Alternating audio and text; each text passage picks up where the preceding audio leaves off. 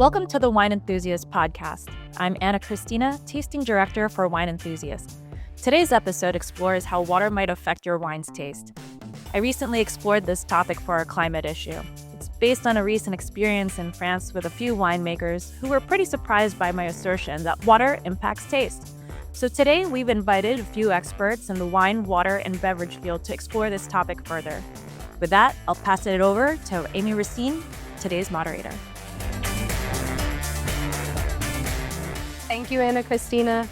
My name is Amy Racine, and I am Partner and Beverage Director of JF Restaurants. We have over a dozen unique national programmings, including Michelin-starred Lilac at the Tampa edition, Iris, Chef Kwame Onwachu's Tatiana at Lincoln Center, and the Vermilion Club in Boston, and I'm the Sears Beverage Director of the Year by Wine Enthusiast. I am honored to take over the Wine Enthusiast podcast today as moderator with two very talented people that I have long admired, Arthur Hahn and Martin Riese. And you're both two people that I see all over the beverage world all the time. You're all over social media, news, Conan, YouTube, articles, podcasts, everything. You're both everywhere. But for those who do not know, I will give a brief introduction. Arthur Hahn, you were born in Taipei, raised in San Francisco. You went to the Art Institute of Chicago to pursue a degree as a graphic artist, and you have worked in many iconic restaurants, Sepia and Proxy in Chicago, Union Square Hospitality Group. You led the beverage program at Momofuku, and now you are the beverage director of The Modern, and The Modern holds 2 Michelin stars, a 3-star review from the New York Times, 4 James Beard Awards, and the Grand Award for Wine Spectator, no big deal. And then you are a certified sommelier, Best New Sommelier by Wine and Spirits Magazine, James Beard Award finalist for Outstanding Wine Program, Wine Enthusiast Wine Star nominee, and Food and Wine Magazine Sommelier of the Year. And then Martin Riese, you are our water sommelier for the day. You are raised in Germany on the Danish border. And my understanding is you were fascinated with water as you were traveling with your family. You trained in Germany for hospitality, have received a lot of awards at Ray's and Stark, a restaurant located in the LA County Museum of Art, for an expanded water program. And you've been on everything from Netflix with Zac Efron's Down to Earth, Bill Nye the Science Guy, Conan, National Geographic, my personal favorite, a segment with 2 Chainz and Diplo. And you're a certified water sommelier for the German Water Trade Association. And you are up there it is. And is it correct that you are just one of a few hundred water sommeliers and the only one in America? I'm not the only one anymore. There are finally more water sommeliers popping up, what I appreciate. But I'm not the only one, but there are not so many around the world when it compares to wine sommeliers. It's incredible.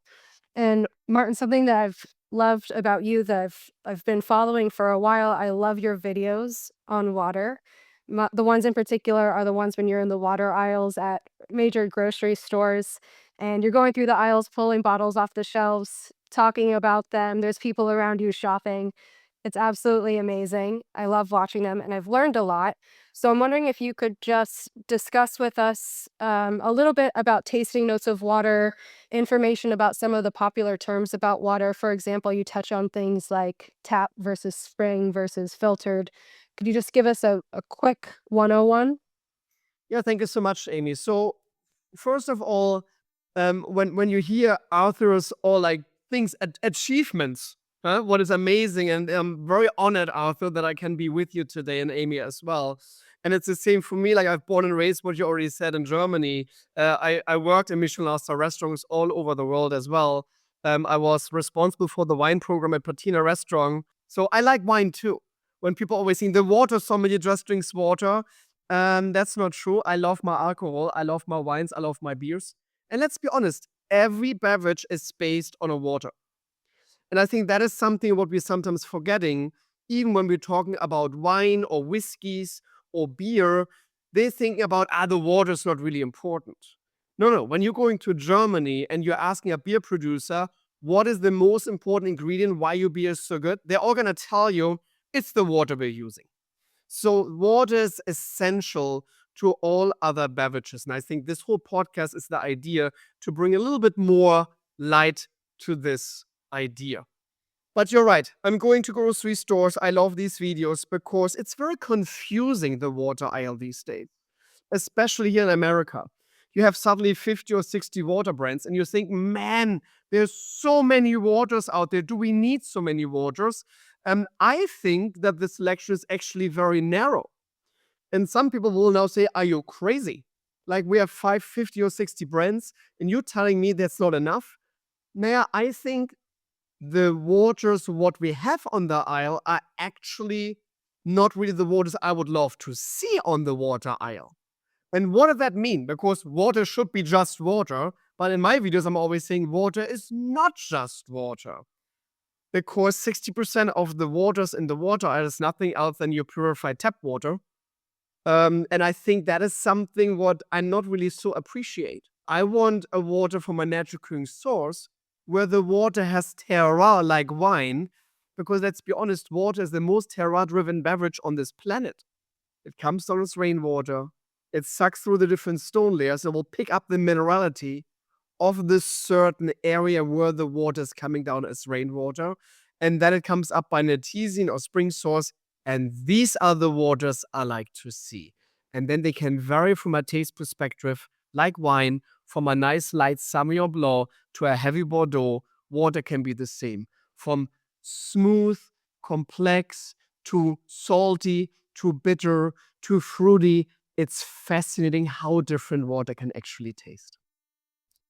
And when you're blind tasting water, are you thinking about it like wine, where you're saying, okay, this is highly mineral, so it must come from these particular regions? Or can you just talk me through how exactly that works for you? Yeah. So first of all, I don't care about the brand of water. That's for me very important. Like, for me, it's all about the quality in my glass. The same with wine.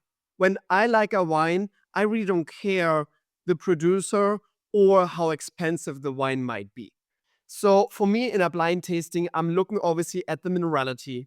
It has to do something with the region, but not with the country. And that's very important. It's a little bit different than in wine, that you can say, okay, Chardonnay from Chablis has a certain clearly vision. And the Chardonnay from Napa Valley obviously is totally different. By water, you can have in the same country totally different waters, depending from which areas in the country they're sourcing the water. That's incredible. And that sparked about a dozen different questions for me. But I think where I want to go next is, do you have any favorite pairings with particular waters? We want to contrast in the pairing. That's the reason the foie gras, the goose liver, needs an acidic Riesling to contrast the butterness and the richness of the creaminess of the foie gras. Imagine you would drink a heavy Chardonnay, oaky Chardonnay to your foie gras.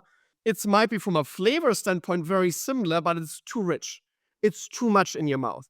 So I'm really thinking what the guest always wants. And I think as a good sommelier, we all know this. It's not about our palate.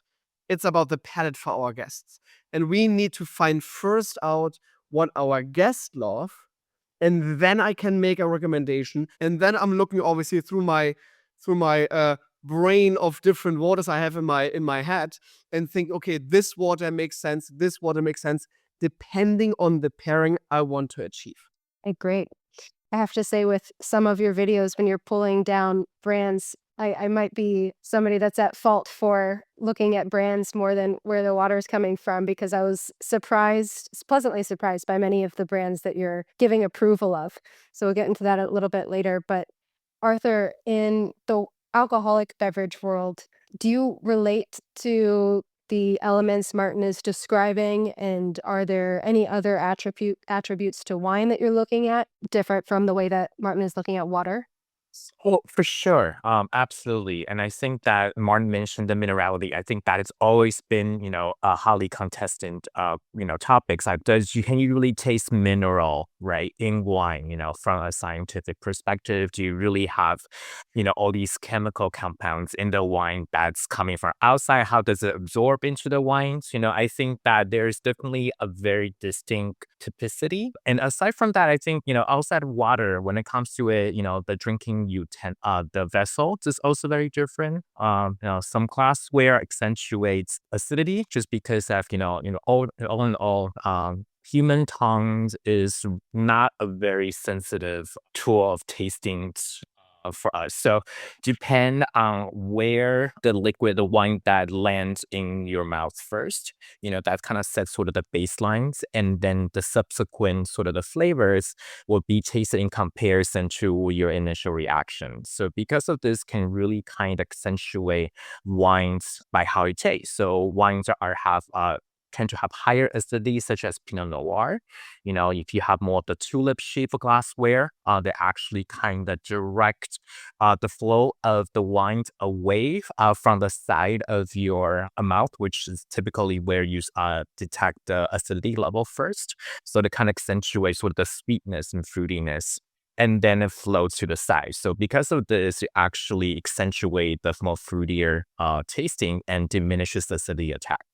And if you taste it out of, say, a simple rocks glass or a Collins glass, and all of that does change how the wine tastes. So I'm really excited, actually, to participate in today's podcast. I know that there's some way that water plays a role in terms of how you taste, kind of resets. But, it makes sense that it will affect how a wine tastes. But I'm very looking forward to see how you really played out and experience it firsthand. Yeah, you bring up an interesting point with the stemware, and I can see the top of your glasses from here. The listener can't, but it looks like you have an AP in front of you. Is that right? Correct. So when I'm tasting, I like to have a very sort of not very bulbish glass. They tend to be more cylindrical, maybe more elongated, so that I know that for me, the narrow openings can really directing the aroma, so it doesn't kind of air out and spread out if you have a wider bulbish and wider opening glass. And for me, I like just a very simple glass and tasting, so all-purpose glassware. Doesn't really matter whether or not it's a very heavy red wines or a very delicate white wines. For me, that's sort of my favorite tasting glass.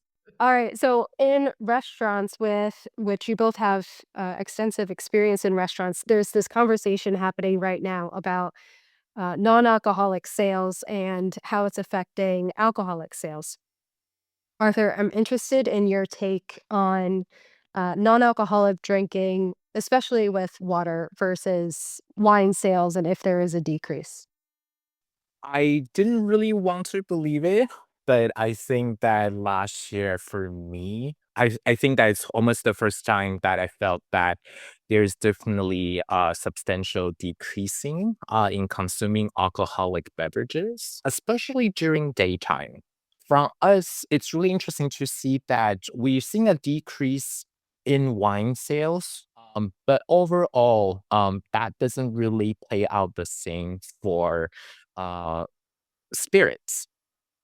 So I think that, that one can argue that has to do with, maybe spirits in some way that is still more accessible. People understand it more. And there's the sort of the interest and the passions for wines are, it's not quite as strong as, just say, pre-COVID.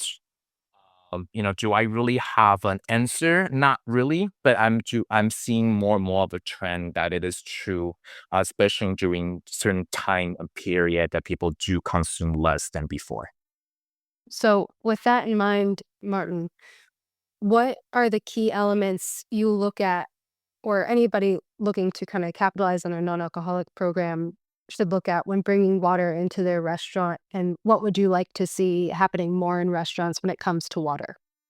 So that was pretty much my starting point in 2005. Obviously, as a child, I already realized that water had taste. You said it earlier in the intro, and I was just fascinated about it that water can have terroir as a child.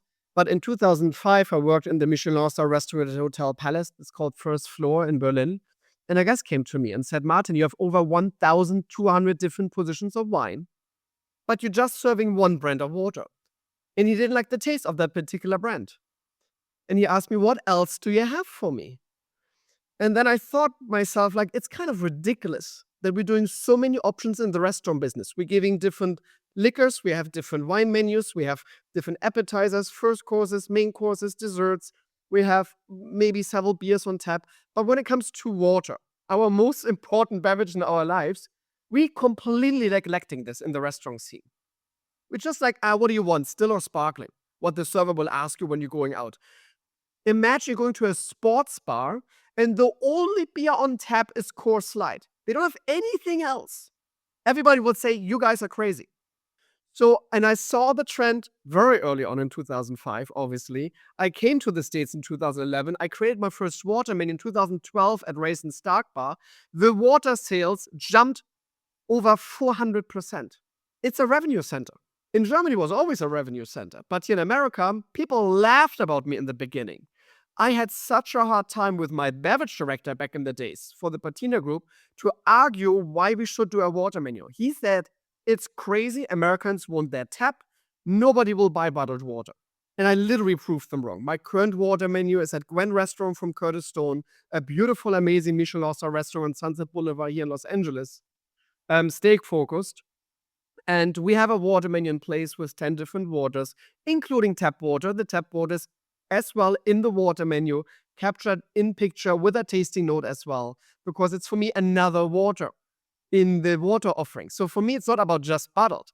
And trust me, so many guests are appreciating this these days. Give people option. Have different price points on your bottled water. And then suddenly you will imagine the person who always had his Pellegrino for $8 suddenly will maybe go to an Ischilde for 12. Yeah, that's really interesting because I think a lot of us are looking at mocktails or non-alcoholic wine and not paying enough attention to the water. And as you mentioned, it could be an incredible revenue source, but also something that lends to the guest experience. So I really appreciate that comment. At home, Martin, how do we know what water to buy when we're looking at these shelves of brands? What are some kind of tips and tricks we can use to buy water that's good for us and tastes delicious? And that's the tricky part about the water aisle. Everybody talks about pH. pH is so meaningless by water. I'm not a pool. It's very important for my pool quality, for water sanitation. But the overall pH is a very small factor into taste when it comes to water. So, and then I know that a lot of people buying these alkaline waters because they think they can balance out their acidic body. Obviously, that's a marketing story. There is no proof whatsoever to this claim. So I'm looking at spring waters. That's for me very important, spring and mineral waters. And to make it even easier, that's the reason why my videos are always so successful when I'm going into the stores, because people want to know which water has which minerals dissolved. I'm in the middle of creating an app. It's called Source. It's like Vivinum, that you can scan a bottle in the store and I will pop up on your cell phone and I will tell you what's actually in the water with pairing notes, with certain things, where the water is sourced, even where they sourcing the water, in which areas they're sourcing the water, to really bring knowledge and transparency to water. And I think we all know water should be transparent. Right now, it's actually not. I see what you did there. That's great. Arthur, as it relates to water, Martin's comments about how to navigate a water purchase for at-home consumption, how does that resonate with you when a guest is in a wine shop trying to find something that is perhaps a healthy water source, or is just looking for something delicious in general? So I think that there are certain countries have more of a stricter wine laws, and then they really do stand behind a lot of product. For instance, I always like to tell people that Austrians, for instance, has one of the strictest wine laws, and then even though their pricing might be a little higher, but consistently that you're getting a very, very good products.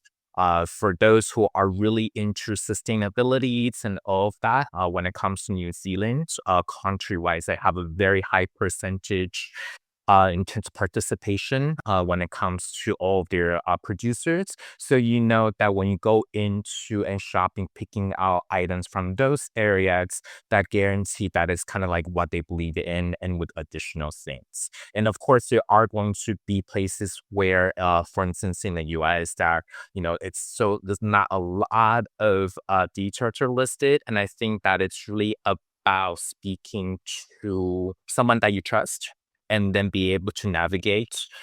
For instance, there are parts of the California, especially in Sonoma Coast, there more and more producers are more aware of a lot of environmental impacts and also water.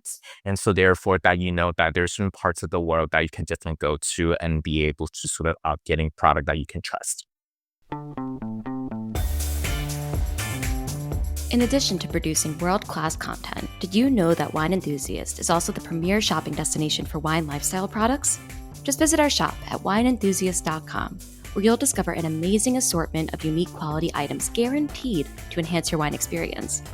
From glassware and accessories to thousands of unique wine gifts, it's like a toy store for wine lovers. And don't forget about protecting your wine.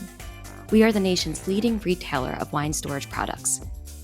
Whether you have 600 or 600 bottles, desire a wine cabinet or a custom-designed wine room, our free wine storage consultations will help you find the perfect wine fit for your collection. Visit wineenthusiast.com today. We bring wine to life. Brought to you by the Wine Enthusiast Shop.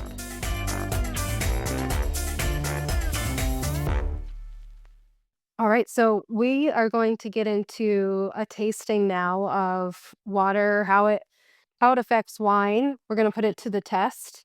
Martin, you sent us 4 very different bottles of water. At least I believe they are. You're going to tell us. Can you explain to us what we're about to taste today? Yeah, so first of all, I didn't send you the waters because they look pretty or different. It's about, again, the quality in the glass. So for me, the brand really is not really so from concern. It's more about the region where they're coming from. But that the listeners know what we choose. I choose Fiji water from the Fiji Islands. I have 3 bays from Australia. Then we have 2 sparkling waters, Saratoga Sparkling, here from the United States.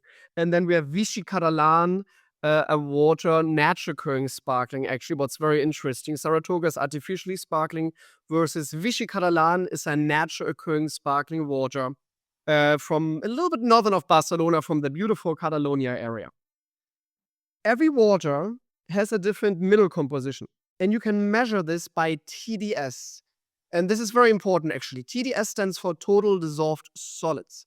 So by bottled water, it's the overall mineral composition. And the higher this number goes, the stronger will taste the water due to the impact of more minerals are dissolved in that particular water.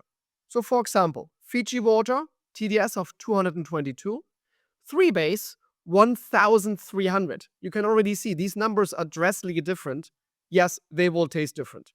So again, when people are saying, it's all the same, I'm always saying, yeah, sure, when you're drinking 2 or 3 purified waters right next to each other, they might be very similar because they're all coming from the same factory. But when you're drinking these spring waters, they can vary drastically. And it's even more important to me to even stress this enough, there is no best pairing. It all depends what you like. So I have obviously my favorite pairings, what I think that would be great for me. Again, that does not mean you will like it as well. The idea behind these, what I'm doing is, I just want to showcase that yes, the water will have an impact on your beverage or on your wine. We're talking about wine today, right next to it. And we're not even mixing it. We're just having a glass of water right next to the wine to see what is happening with the wine. That is for me the interesting part. So the idea of water should neutralize your palate, that is just a misconception. And again, I have no clue who came up with this. Maybe the same inventor who designed the flutes, the champagne flutes. That might be the same person. When you're saying, this is all really interesting, when you're saying it shouldn't neutralize the palate, I definitely understand what you're saying. But when we have a water in front of us and we're about to taste a dish, perhaps you can walk us through, even with this Fiji versus 3 bays, maybe how exactly it might affect the flavor profile of wine. For example, with the Fiji, and this is my first official water tasting, it feels a little bit fruitier to me than the 3 bays. Is that correct? And if so, how should I expect that to affect a white wine, for example? I'm totally on your page, Amy. You're absolutely right. Fiji has this slightly sweet, fruity complexity in the aftertaste. Why is this happening? It's happening due to the silica content of Fiji water. Fiji water is one of the highest silica content waters you can purchase in America. So it's slightly sweet. It's very interesting. You call it fruity, it's slightly sweet. Obviously, there's no fruit dissolved in that water. But you have this, flavor of fruitiness. Taste is sweet, fruitiness is the flavor. So when you have this now, and you have, let's say, a heavy Bordeaux blend with a lot of tannins, and then we have Sangiovese later on, where it has a nice structured water as well with some tannins, you will lower the tannins now. You will off-balance the bitterness of the tannins with Fiji water, with the fruit complexity and the sweet notes, and you have a better pairing note. It balances themselves out. And Fiji is actually a water who can really help, especially very acidic wines and very tannin-rich wines. They will balance. It's unbelievable how that works. And I'm gonna try it right now. I want to try this Sauvignon Vert first with Fiji, and then I'm going back to the wine, and then I want to see three base to see what is happening with the wine. Sure. And I should let the listener know we have the 4 wines that Martin mentioned in front of us, but we also have 2 wines in front of us from our friends at Banville. We have Sauvignon Vert that Martin just mentioned, Marianne Simchich, and this is split between Slovenia and Italy. It's a very high elevation white wine. And then we also have a wine from Tuscany, from Tolani. It's a Pinot-esque Sangiovese from the highest point in the Chianti Classico area. It's about 700 meters elevation and amphora aged.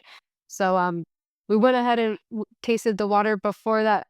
Arthur, what are your thoughts with Martin was describing going into the Sangiovese? It's actually fascinating.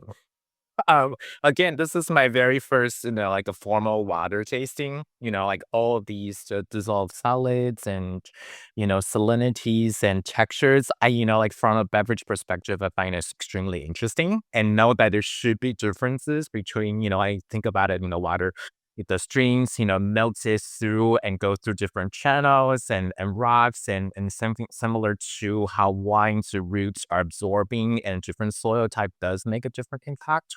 But I just really quickly taste through. I agree with you, Amy, that the Fiji water does have a more fruitier, like a sweeter flavor to it. And then the 3 base, it's, the initial taste for me was a bit drier, a little bit more less, like a little, not as textured, a little bit drier, has a bit of touch of stringency. That's kind of cool because I love different kind of still water. And then compares to, because Martin mentioned that, the high acid and the fruity aromas. And when I first tasted the Simchich, the Sauvignon Vert, so my understanding, my perceptions of Sauvignon Vert, but though it's related to Sauvignon Blanc, but it's first rare to see 100% Sauvignon Vert bottling, and it's more prominent in this part of the world. And then it's also expression that, as opposed to sort of the typical Sauvignon Blanc that has a lot more aromatics and more fruitier quality, it typically shows more with textures. White wine. And so my initial taste of the Sauvignon Vert, it was more textured, more reserved, not a lot of fruit notes or, a little more savory and a little bit more stringencies are coming out.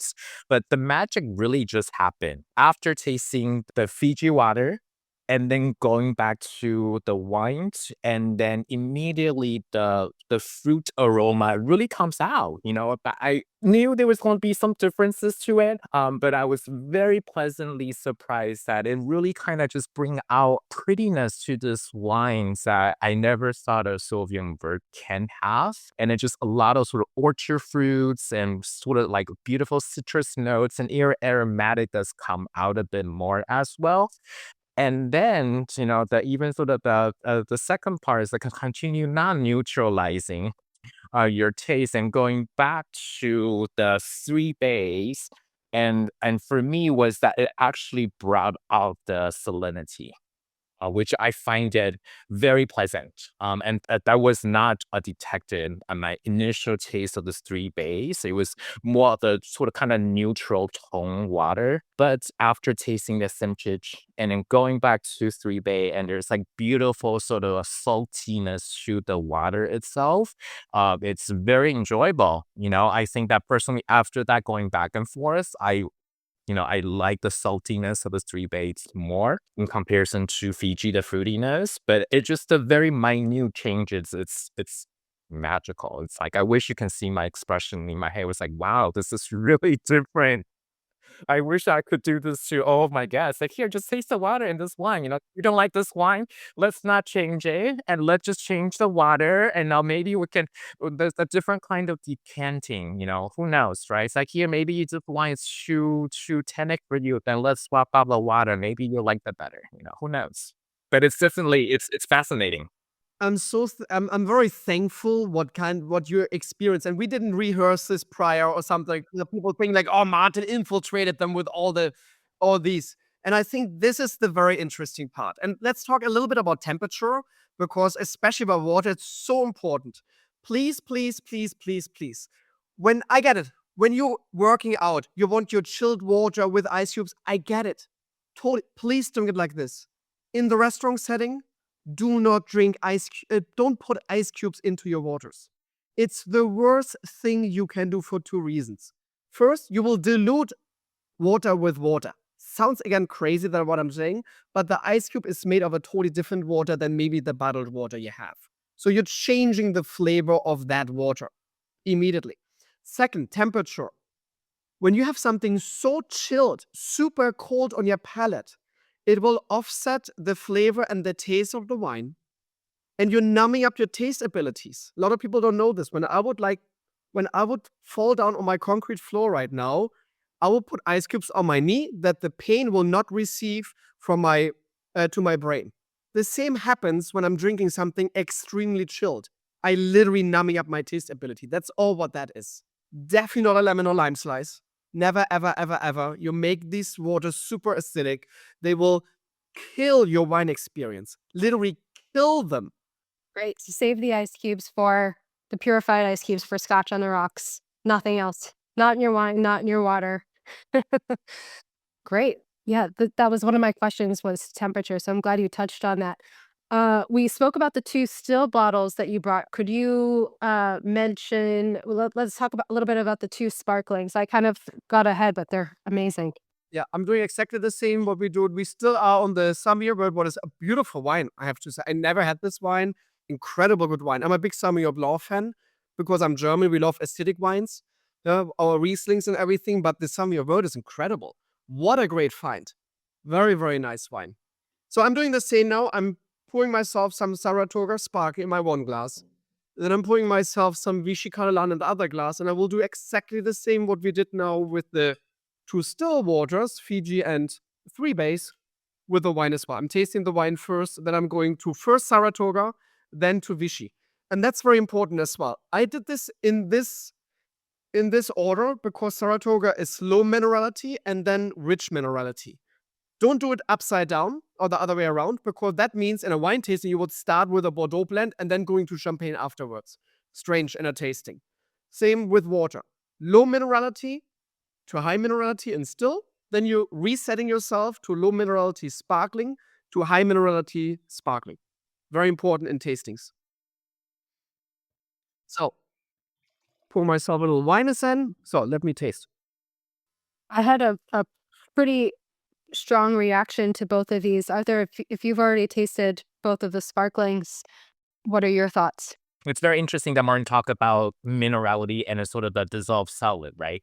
For me, Saratoga has a more citrus, sort of more a brighter, almost kind of acidic flavor to it in a very pleasant way, kind of a sprig of lemons in your water when you're drinking sparkling water.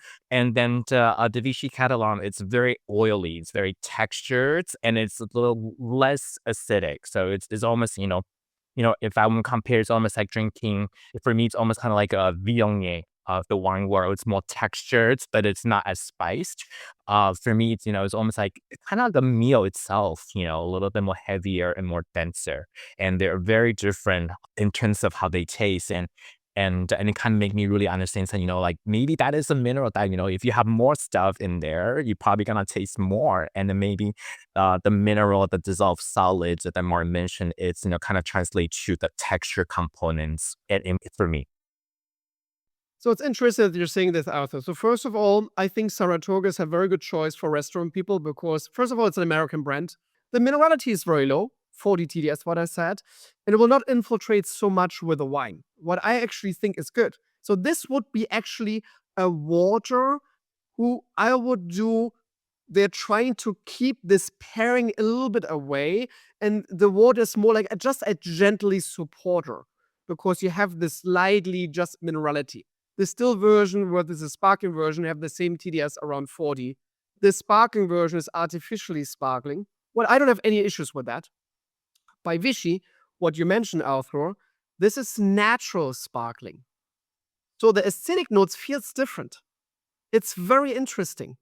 And this is now the big secret behind artificially sparkling and natural sparkling. It's kind of like cheap sparkling wine versus champagne.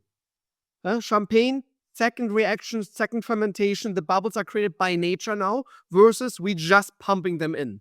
So these natural occurring sparkling waters are a little more gentle from a minerality standpoint and the acidic standpoint. It's very unique. And we just did a tasting for the bar community in New Orleans. And I had a very, very famous bartender with me. Her name is Kate Gervin out of New Mexico. She has an incredible, amazing bar, Happy Accident Bar. She wants literally every prize what you can win in the bar world currently.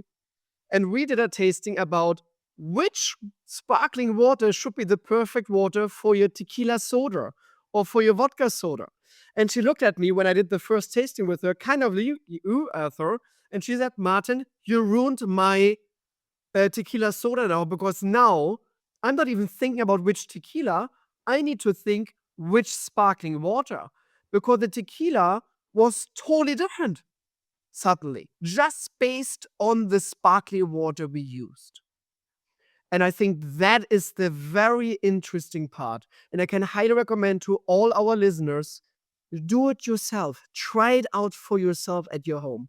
Buy yourself 4 or 5 or 6 different waters and then taste them side by side with your favorite wines. And you will be amazed how different suddenly your favorite wine will taste, just based on the water right next to it. That's incredible. And when you were saying that, I was thinking between these two, Vichy Catalan, I would love with some tequila. It would almost kind of play the role of like salt on a margarita. And I was having a similar thought with the Sangiovese that we're tasting. It almost kind of reacts like a dish that's too salty with the Sangiovese. I preferred it with the Sauvignon Vert. Arthur, did you feel the same way?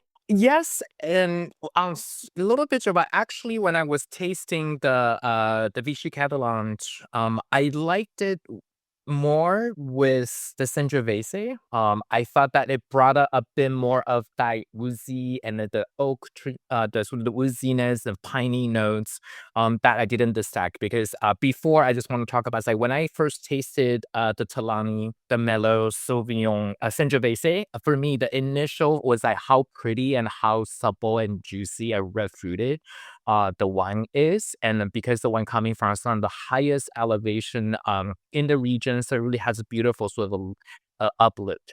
And when I was tasting it with the Vichy Catalan, and it kind of brought up a bit sort of more of that herbal and piney and woodsy notes that I did not detect initially.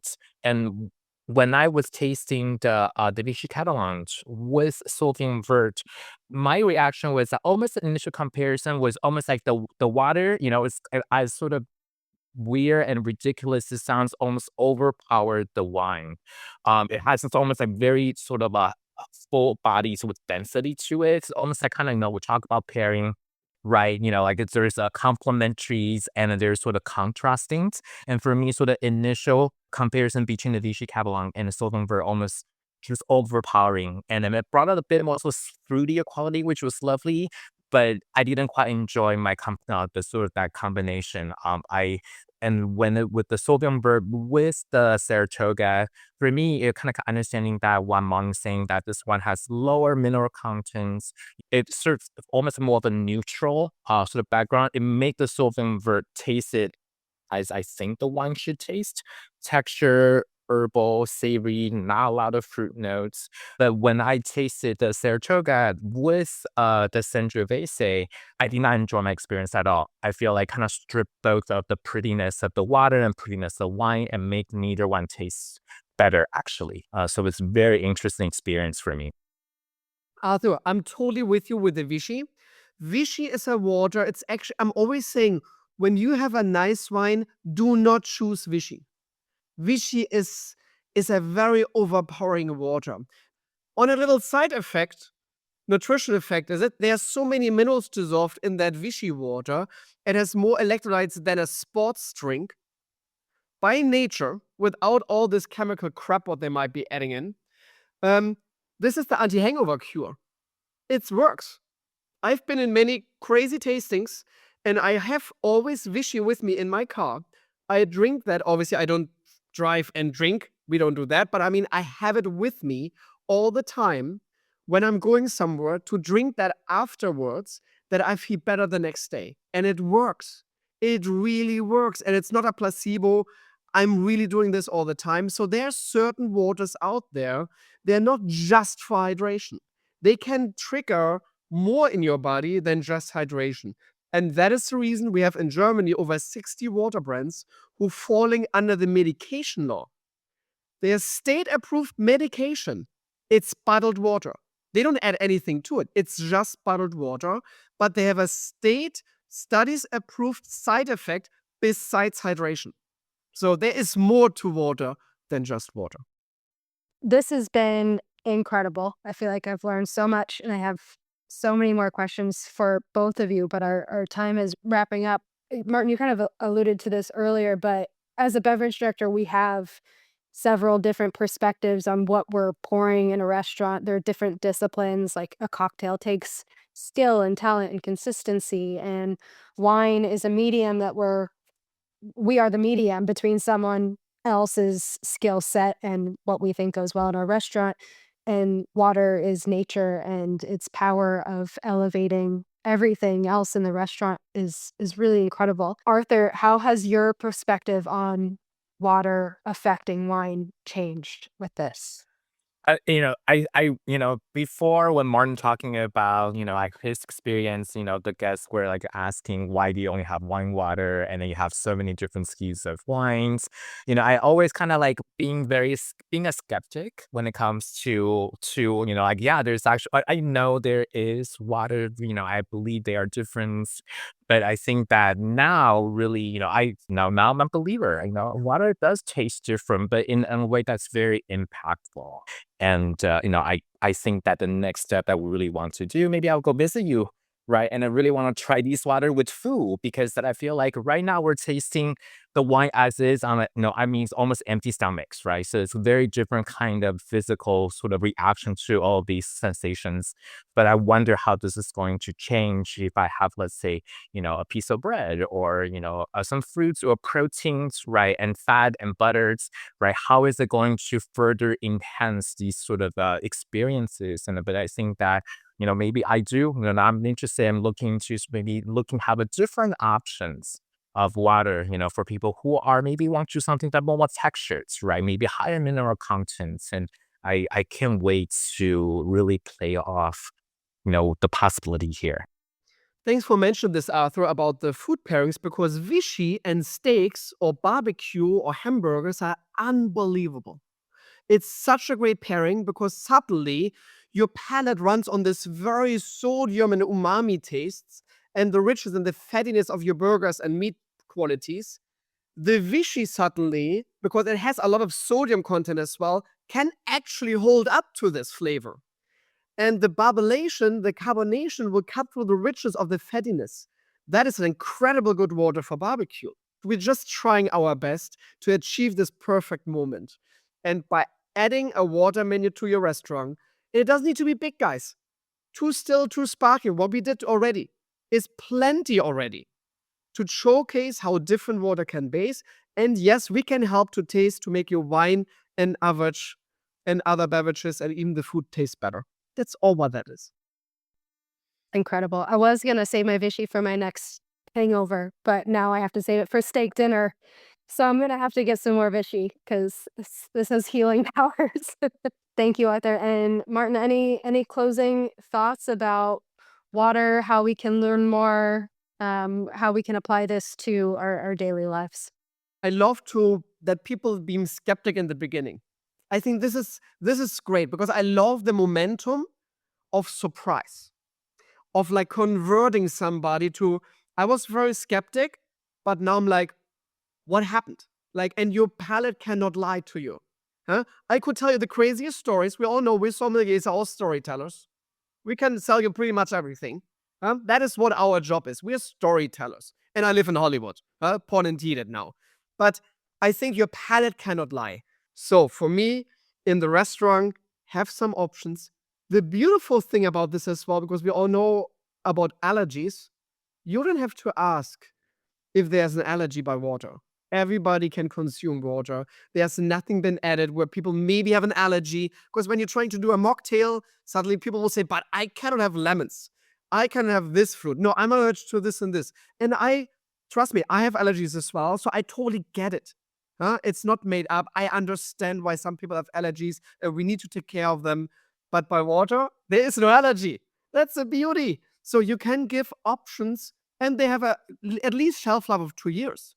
So you don't even have to worry about that. So it's an easy add-on option for your guest with a very low actually expense and a great outcome. How many people are taking picture of the water menu at Gwen? It's instant social media presence for free. How great is that? So I highly recommend, and I'm more than happy to help. Please reach out to me. I'm happy to consult with your restaurant as well to help you to find the right waters for your cuisine and for your concept. I'm more than happy to do it. Thank you, Martin. That's great. Sure. I think that everybody should experience this, and especially the wine communities. If you're a skeptic, you should, I feel like, yeah, there's definitely differences, and it's almost magical. For me, it's kind of cool. It's almost like now I'm thinking that what I want to drink when I'm tasting, what I want to drink, what I should have. But yeah, the possibility is endless here. It is. You're opening a whole new window to your pairing suddenly with the same wines. It's incredible. There's so many different ways to look at it now and to kind of change the guest experience. So thank you both very much for this conversation and for bringing both of your perspectives to it. I think everybody on this call is definitely a water believer now. I'm excited about this world of water. Love to explore. Arthur, Martin, thank you so much for your time. And listeners, please come in and see any of the three of us anytime. Thanks for listening. And to read more on the topic, check out my latest article, The Weight of Water, in the latest issue, otherwise known as the Climate Issue. You can email us your comments and questions at podcast@wineenthusiast.com. Remember, you can subscribe to this podcast on Apple, Google, Spotify, and anywhere else you listen to your favorite shows. You can also go to wineenthusiast.com/podcast for more episodes and transcripts. I'm Anna Christina. Thanks for listening.